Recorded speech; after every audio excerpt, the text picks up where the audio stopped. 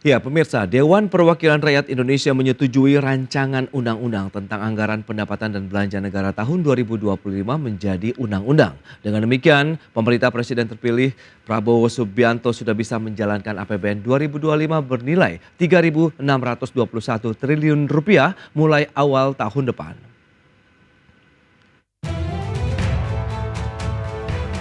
Dewan Perwakilan Rakyat RI menyetujui rancangan undang-undang tentang anggaran pendapatan dan belanja negara tahun 2025 menjadi UU. Dengan demikian, pemerintahan Presiden terpilih RI Prabowo Subianto sudah bisa menjalankan APBN 2025 bernilai 3.621 triliun mulai awal tahun depan. Adapun pemerintah menetapkan defisit 616,19 triliun rupiah atau 2,53% terhadap PDB, pendapatan negara 3.005,1 triliun rupiah, belanja negara 3.621,3 triliun rupiah, keseimbangan primer defisit 63,33 triliun rupiah, dan pembiayaan anggaran 616,2 triliun rupiah.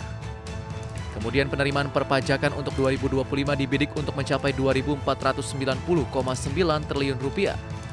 Sementara penerimaan negara bukan pajak tahun 2025 ditargetkan mencapai 513,6 triliun rupiah. Untuk asumsi dasar ekonomi makro 2025 ditetapkan yakni target pertumbuhan ekonomi sebesar 5,2%, inflasi 2,5%, suku bunga surat berharga negara 10 tahun 7%, nilai tukar rupiah 16.000 per dolar Amerika Serikat, harga minyak mentah Indonesia 82 dolar Amerika Serikat per barel, lifting minyak 605.000 barel per hari, dan lifting gas sebesar 1,005 juta barel setara minyak per hari. Selain itu, sasaran dan indikator pembangunan disepakati dengan rincian pengangguran terbuka 4,5 hingga 5%, kemiskinan 7 hingga 8%, kemiskinan ekstrim 0%, rasio Gini 0,379 hingga 0,382, indeks nodal manusia 0,56, nilai tukar petani 115 hingga 120, serta nilai tukar nelayan 105 hingga 108. Tim Liputan IDX Channel. Ya, pemirsa, untuk membahas tema kita kali ini, optimalisasi penerimaan negara di era pemerintahan Prabowo Gibran. Kita sudah tersambung melalui Zoom bersama dengan Bapak Ruben Huta Barat. Beliau adalah Deputi Direktur Cita. Ya, halo. Apa kabar Pak Ruben? Kabar baik Pak Pras, apa kabar? Kabar baik juga, terima kasih atas waktu yang disempatkan. Dan sebelum membahas lebih jauh, kita akan review terlebih dahulu nih Pak Ruben terkait dengan pencapaian penerimaan negara sampai dengan pergantian presiden kemarin ini sudah sampai mana sih sebenarnya?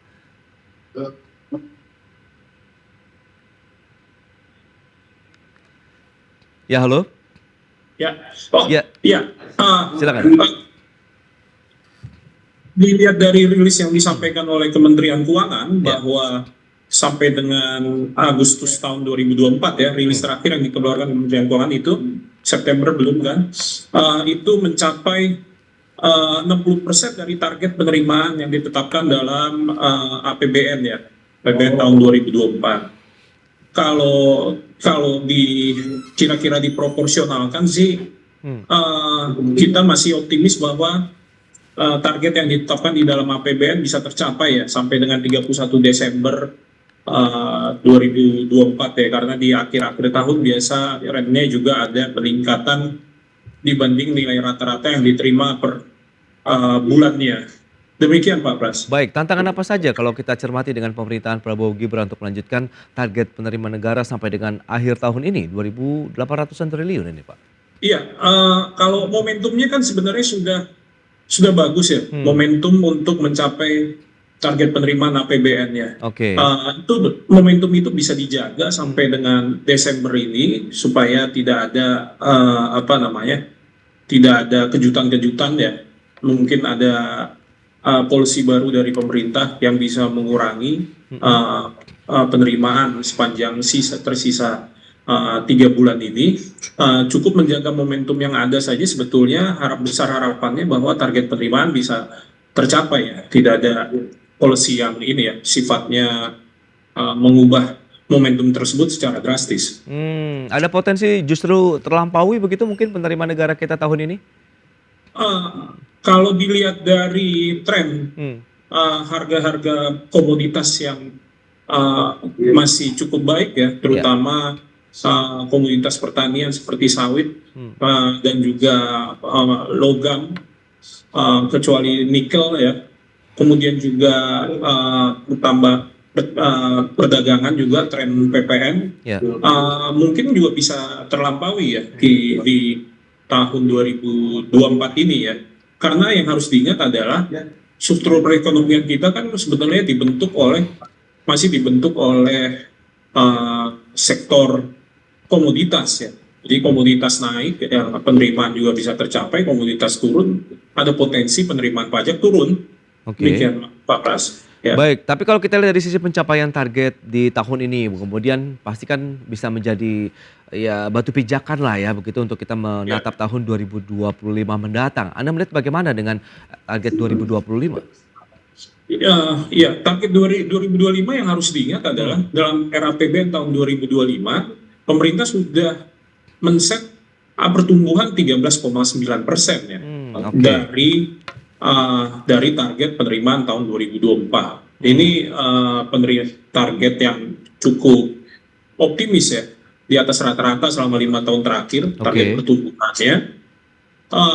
Tentu saja karena target pertumbuhannya ini sendiri di atas rata-rata, agak sulit untuk tercapai hanya mengharapkan dari pertumbuhan organik ya. Oke. Yang harus diingat adalah dalam tahun 2025 pemerintah sudah mencanangkan untuk menaikkan tarif PPN ya, dari yang sebesar 11%, 12%. Jadi kalau perkiraan kami, kenaikan target 13% ini sudah memfaktorkan rencana kenaikan tarif PPN 12%. Atau dengan kata lain kan berarti kan di situ ada sekitar, mestinya secara teoritis ada kenaikan 10% dari PPN yang hanya berasal dari kenaikan tarif itu sendiri ya. Oke. Demikian Pak Pras. Baik, nah bicara mengenai sektor-sektor yang bisa dimaksimalkan untuk sumber pendapatan negara begitu di tahun 2025 mendatang, mana saja mengingatkan sebenarnya ya kita tahu ada beberapa pos baru begitu, ada penambahan lagi jumlah pajak sendiri yang ditetapkan oleh pemerintah. Ya, kalau kita melihat pada kondisi saat ini saja, memproyeksikannya ke tahun 2025, saya rasa struktur perekonomian kita kan belum berubah jauh ya. Kita masih mengandalkan komoditi ya. Oke. Jadi harapannya masih kita menggantungkan pada kinerja sektor pertambangan dan pertanian. Itu kalau dari kita melihat dari struktur ekonomi kita ya. Oke. Tapi juga sebetulnya kan ada ruang ekstensifikasi yang sudah tersedia di undang-undang, dan menurut wacana yang sudah dilontarkan juga oleh pemerintahan Presiden Prabowo, bahwa rencananya juga pemerintah akan melakukan ekstensifikasi terhadap penerapan global minimum tax ya. Sehingga jadinya diharapkan ada kombinasi antara intensifikasi dari pelaku ekonomi yang ada saat ini maupun juga ekstensifikasi yang berasal dari perluasan basis pemajakan, perluasan jenis pemajakan dari jenis-jenis pajak baru yang akan diterapkan. Demikian Pak Pras. Baik, Pak Ruben, menarik. Kalau kita bicara mengenai kondisi ekonomi saat ini yang mungkin bisa dikatakan dalam kondisi tertekan dengan adanya pelemahan daya beli masyarakat, PMI manufaktur kita yang juga cenderung turun sehingga geliat industri pun sedikit tertahan. Kemudian pemerintah kan juga mencanangkan beragam insentif lagi nih yang diberikan. Nah, apakah nantinya tidak akan kontradiksi dengan bagaimana kita mengejar penerimaan sementara kita harus juga menggulirkan lagi nih program-program insentif dan lain-lain sebagainya begitu? Iya, jadi perpajakan itu kan dia juga memiliki dua fungsi ya Pak Pras, yaitu fungsi budgeter dan reguler. Budgeter adalah mengkoleksi penerimaan dari masyarakat. Yang kedua adalah fungsi budgeter, fungsi reguler. Dia bisa memberikan insentif atau disinsentif terhadap suatu industri untuk bisa meningkatkan kinerja industri tersebut. Jadi bisa jadi di satu industri diberikan insentif, tapi dengan harapan di masa yang akan datang industri tersebut pada akhirnya mengalami pertumbuhan yang berasal dari insentif yang diberikan, insentif perpajakan yang diberikan, sehingga di kemudian hari di masa yang akan datang setelah terjadi pertumbuhan atas industri tersebut, pajak di industri tersebut harus dapat dikumpulkan. nggak industri-industri mana yang kami lihat masih memerlukan insentif perpajakan, terutama memang industri manufaktur ya. Oke. Karena yang kita bisa lihat adalah dalam 5 tahun terakhir kan sebetulnya terjadi fenomena deindustrialisasi di mana porsi manufaktur terhadap GDP Indonesia terus mengalami kemerosotan ya. Oke. Sehingga kita lihat bahwa memang diperlukan insentif terhadap industri manufaktur yang bisa mengungkit kinerja industri manufaktur. Demikian. Ya, berdasarkan pengalaman. Jadi saya lihat Ya. nggak akan terjadi kontradiksi di situ. Jadi pemajakan di sektor yang lain dan Oke. ekstensifikasi dia bisa membalancing terhadap penurunan karena adanya insentif yang diberikan kepada industri yang lain. Tapi jangka Iya. panjang ya efeknya sih diharapkan bagus ya.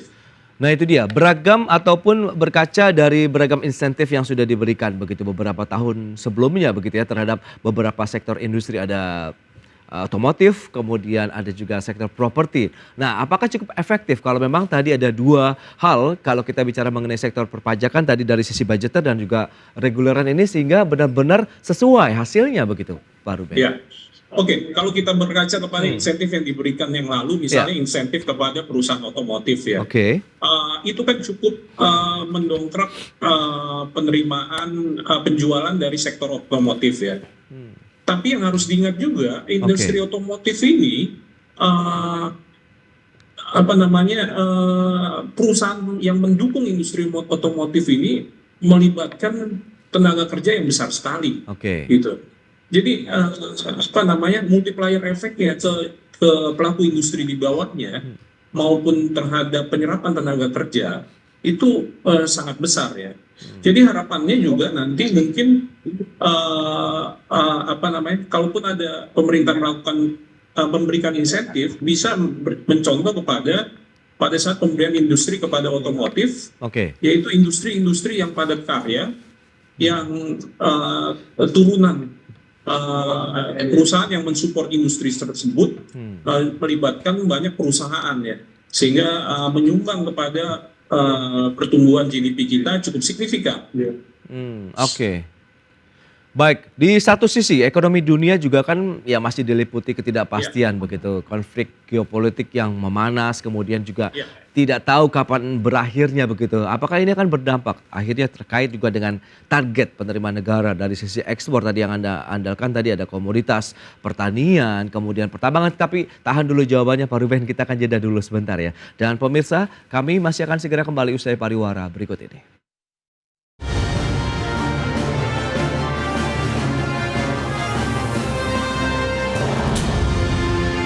Ya, Anda masih menyaksikan Market Review. Pemirsa, berikut ini kembali kami sampaikan data terkait dengan pendapatan negara. Ini berdasarkan target dari APBN yang sudah dicanangkan oleh pemerintah dalam beberapa tahun terakhir.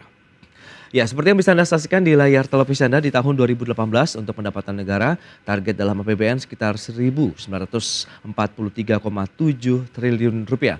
Trennya terus naik begitu ya, di tahun 2024 tadi 2.802,3 triliun, sementara di tahun 2025 ini ditargetkan tembus 3.005,1 triliun rupiah.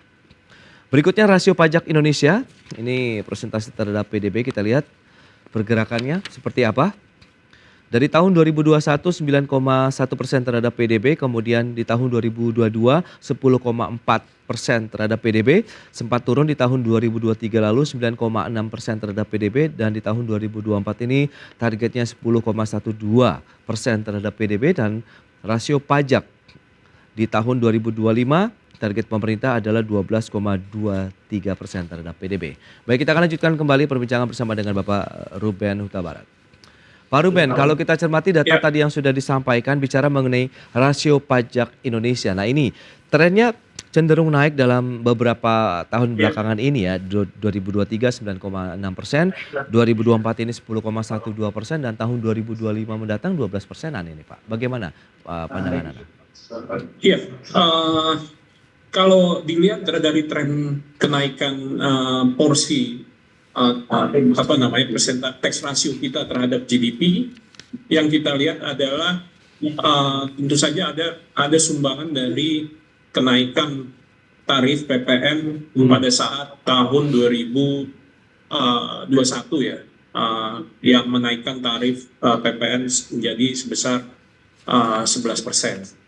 Kemudian juga kalau dilihat juga adanya tingkat kepatuhan tingkat kepatuhan wajib pajak dalam penyampaian SPT juga maupun dalam jumlah pajak yang dibayarkan ya. Jadi kalau saya lihat memang itu juga ditopang dari tingkat kepercayaan masyarakat terhadap otoritas pajak sendiri ya. Tingkat kepercayaan ini dibangun juga tidak terlepas dari otoritas pajak yang terus membenahi diri baik dari segi bagaimana mengkolek pajak maupun bagaimana membina wajib pajak itu sendiri sehingga wajib pajak memiliki trust pada otoritas pajak. Law enforcement-nya juga bisa dilakukan seminimal mungkin. Law enforcement yang dilakukan dengan masif harus diingat itu juga dapat menurunkan tingkat kepercayaan masyarakat. Jadi saya lihat memang kalaupun pemerintah menargetkan tax ratio kita meningkat, memang saya melihat arah yang dilakukan memang harus mempertahankan arah yang terjadi selama ini ya, dengan tetap meningkatkan kepercayaan kepada masyarakat. Membangun kepercayaan tersebut bisa dilakukan dengan membangun sistem administrasi perpajakan yang baik sehingga wajib pajak meyakini bahwa kontribusinya dalam pembayaran pajak telah dikelola dengan baik, dan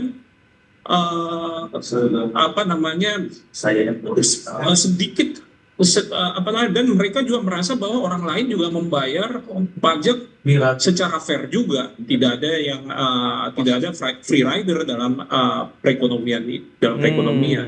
Jadi saya lihat ini momentumnya dijaga, terutama juga ke depan juga kan pemerintah mencanangkan penerapan Cortex yang akan semakin mempermudah administrasi perpajakan dan pelayanan kepada wajib pajak. Kalau kita melihat sebetulnya direction-nya sudah oke ya. Dan itu masih ditunggu nanti realisasinya akan seperti apa? Anda sendiri lihat bagaimana optimismenya apabila Cortex System diterapkan di pemerintah baru ini?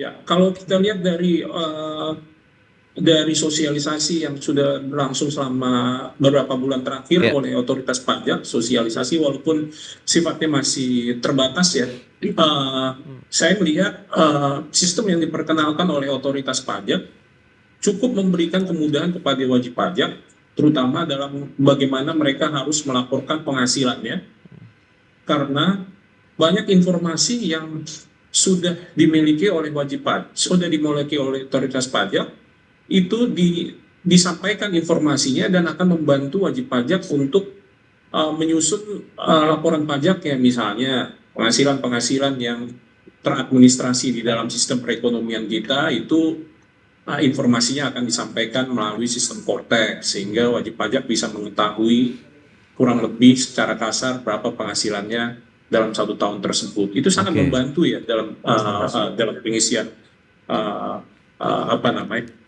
SPT wajib pajak. Dengan sistem yang terintegrasi juga, otoritas pajak juga dapat memantau potensi-potensi kebocoran dari penerimaan pajak dari penghasilan yang tidak dilaporkan oleh wajib pajak. Demikian Pak Pras. Oke. Nah, terkait dengan kondisi global tadi, begitu. Apakah ini akan berdampak juga terkait dengan penerimaan negara dari hasil ekspor kita? Iya, mau tidak mau memang karena struktur ekonomi kita masih dibentuk oleh komoditas ya, di mana komoditas ini juga secara mayoritas juga masih kita ekspor, terutama seperti batu bara, CPO ya. Sedikit banyak memang kalau ada pelemahan permintaan dari luar negeri, pasti maupun juga penurunan harga dari komoditas yang bisa terjadi karena adanya pelemahan perekonomian di negara lain misalnya, baik itu karena perang atau karena secara internal penerimaannya sendiri melemah, perekonomiannya di negara tersebut sendiri melemah, maka dengan sendirinya ada risiko memang permintaan atas produk komoditas kita melemah maupun harga komoditas itu sendiri ya. Baik. Demikian, Mas. Nah, yang menarik dicermati sempat mengemuka juga begitu ya wacana pembentukan Badan Penerimaan Negara. Nah, menurut Anda seberapa urgent sih dibentuknya badan ini meskipun akhirnya kita lihat dalam proses pembentukan kementerian, lembaga dan juga badan-badan serta staf-staf khusus mungkin tidak menyebutkan ya terkait dengan Badan Penerimaan Negara ini, Pak Ruben. Ya, ya. Di dunia ini sendiri sebetulnya kan ada negara yang menerapkan otoritas pajak yang menyatu dengan Kementerian Keuangan. Oke. Ada negara yang memisahkan otoritas pajak dengan Kementerian Keuangan ya. Ya. Tentu itu ada pro dan kontranya. Kalau kita lihat memang kebanyakan negara-negara yang memisahkan otoritas pajaknya dengan Kementerian Keuangan itu adalah negara-negara maju ya seperti Amerika, Inggris, Kanada, kan gitu. Oke. Ciri khasnya apa sih? Ciri khasnya mereka memang otoritas pajaknya sudah ditopang oleh sistem informasi yang canggih ya. Sehingga memungkinkan otoritas pajaknya sendiri bisa melakukan konsentrasi terhadap pemungutan pajak ya. Oke. Itu ciri khasnya. Jadi tentu ada pro dan kontra. Kenapa sebaiknya otoritas pajak dipisahkan dari Kementerian Keuangan maupun otoritas pajak digabung dengan Kementerian Keuangan. Yang pro terhadap pemisahan otoritas pajak dari Kementerian Keuangan itu didasarkan pada pemikiran bahwa dengan dipisahkannya otoritas pajak menjadi bisa berkonsentrasi untuk memungut pajak tanpa dia harus terganggu dengan target dari Kementerian Keuangan sendiri. Oke. Target Kementerian Keuangan kan bisa berupa target pengeluaran ya, target pengeluaran. Jadi contohnya seperti saat ini, target penerimaan pajak kan seharusnya menjadi acuan untuk berapa government spending, ya kan? Iya. Tapi pada prakteknya sekarang adalah justru government spending yang menjadi acuan untuk berapa target Penerimaan pajak negara. yang harus kita kumpulkan. Iya. Iya, oke. Jadi teoritisnya mestinya terbalik. Penerimaan dulu berapa, Iya, dari iya. penerimaan itu sendiri berapa yang kita harus keluarkan sebagai government spending. Nah itu contohnya yang pro untuk pemisahan sehingga Iya. Badan Penerimaan Negara tidak harus targetnya tidak harus dipengaruhi itu. Tapi yang kontra sebaliknya adalah bisa terjadi miskoordinasi antara Kementerian Keuangan sebagai institusi yang menentukan kebijakan fiskal negara karena yang mengkoleksi penerimaan negara ini terpisah dari Kementerian Keuangan. Tapi memang kalau dari saya sendiri kalau kita melihat sebetulnya belum terlalu urgent ya pemisahan antara BPN penerima otoritas pajak dengan Kementerian Keuangan. Yang menjadi urgensi justru sekarang ini yang bisa mendorong penerimaan negara adalah justru kepastian hukum ya, kepastian hukum dari peraturan perundang-undangan yang ada, kepastian daripada pemisahan ini, karena justru ketika investor merasa bahwa kepastian hukum di Indonesia baik, dia bisa merencanakan untuk melakukan investasi di Indonesia tanpa ada biaya-biaya tidak terduga di depan gitu. Karena betul. tidak ada kepastian hukum. Biaya-biaya tidak terduga kan bisa berupa koreksi pajak yang dilakukan oleh otoritas pajak jika ada pemeriksaan. Jadi itu kalau dari sisi kami sendiri kan melihat justru urgensinya di kepastian hukum ya, dari sekedar pemisahan institusi ini. Oke, Pak Ruben, berarti memang benar-benar adalah kepastian hukum harus di atas segalanya begitu untuk menjamin semua bidang lah, semua lini di negeri ini, baik dari sisi perpajakan, penerimaan negara Betul. maupun juga investasi tadi ya. Sebenarnya akhirnya juga memberikan kepastian juga bagi pelaku usaha ataupun investor dalam mereka merencanakan bisnis mereka entah 1 tahun, 2 tahun, bahkan sampai jangka yang lebih panjang lagi. Ya. Baik Pak Ruben, terima kasih banyak atas waktu sharing yang Yes. sudah Anda sampaikan. Selamat melanjutkan aktivitas Anda kembali. Salam sehat Pak Terima Ruben. kasih Pak Terima kasih. Pras. Sehat ya. Ya. Ya pemirsa, 1 jam sudah saya menemani Anda dalam market review dan perbaharui terus informasi Anda hanya di IDX Channel, your trustworthy and comprehensive investment reference. Karena urusan masa depan harus terdepan, aku investor saham. Ya saya, Prasetyo Wibowo, beserta seluruh kerabat kerja yang bertugas pamit undur diri. Terima kasih, sampai jumpa.